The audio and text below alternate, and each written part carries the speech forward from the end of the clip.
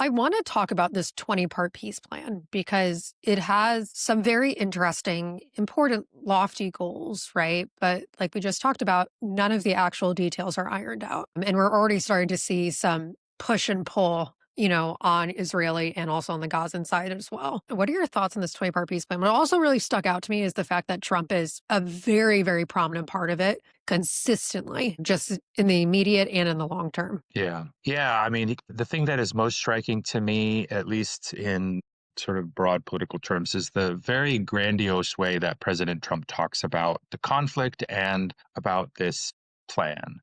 Yeah. He talks about a 3,000-year conflict that is finally coming to an end, and that this is a great moment for all of in human history, really, really overselling both the plan and the conflict. Trump Conflict is, exaggerating? yeah, yeah. I mean, this is not a 3,000-year old conflict. It is at best maybe 120, 130 years, maybe. Yeah. But really, we're talking about the last 80 years that are of most significance in terms of Israeli-Palestinian dynamics. And the plan does not actually bring peace, right? This is not, Hmm. there's no mention of the West Bank, for example. This Yeah. is only about Gaza and its future, which parts of it are welcome, parts of it are going to be very tricky. This idea of a board of peace, for example, run by headed by President Trump himself and including people like Tony Blair, former UK prime minister, who's not terribly popular in the Middle East, but especially with Palestinians. So we don't know how that's going to work beyond this first phase of, we saw hostages released. That was also a relief, certainly for those Israeli families.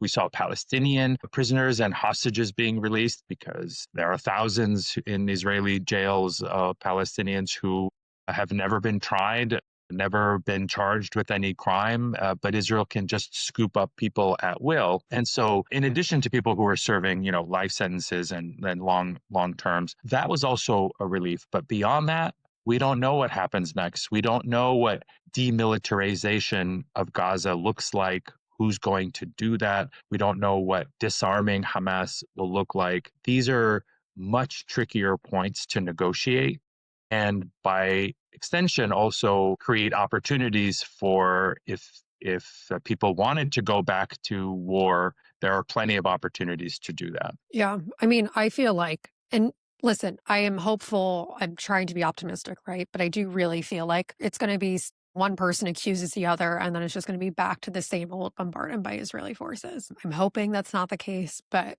it feels like it's holding on by a thread at the moment.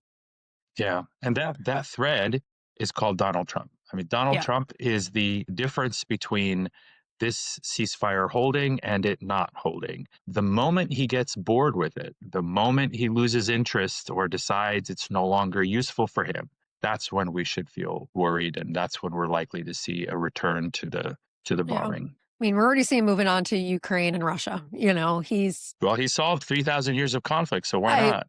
he's what, solved 8 wars in 8 days? I know, it's crazy. Yeah. I mean, we He's still laugh. pissed off, didn't get the Nobel Peace Prize. So Yeah, he's but really there's trying always to. next year. Yeah, for sure. And I think this is part of his auditioning for the Nobel Prize for next year.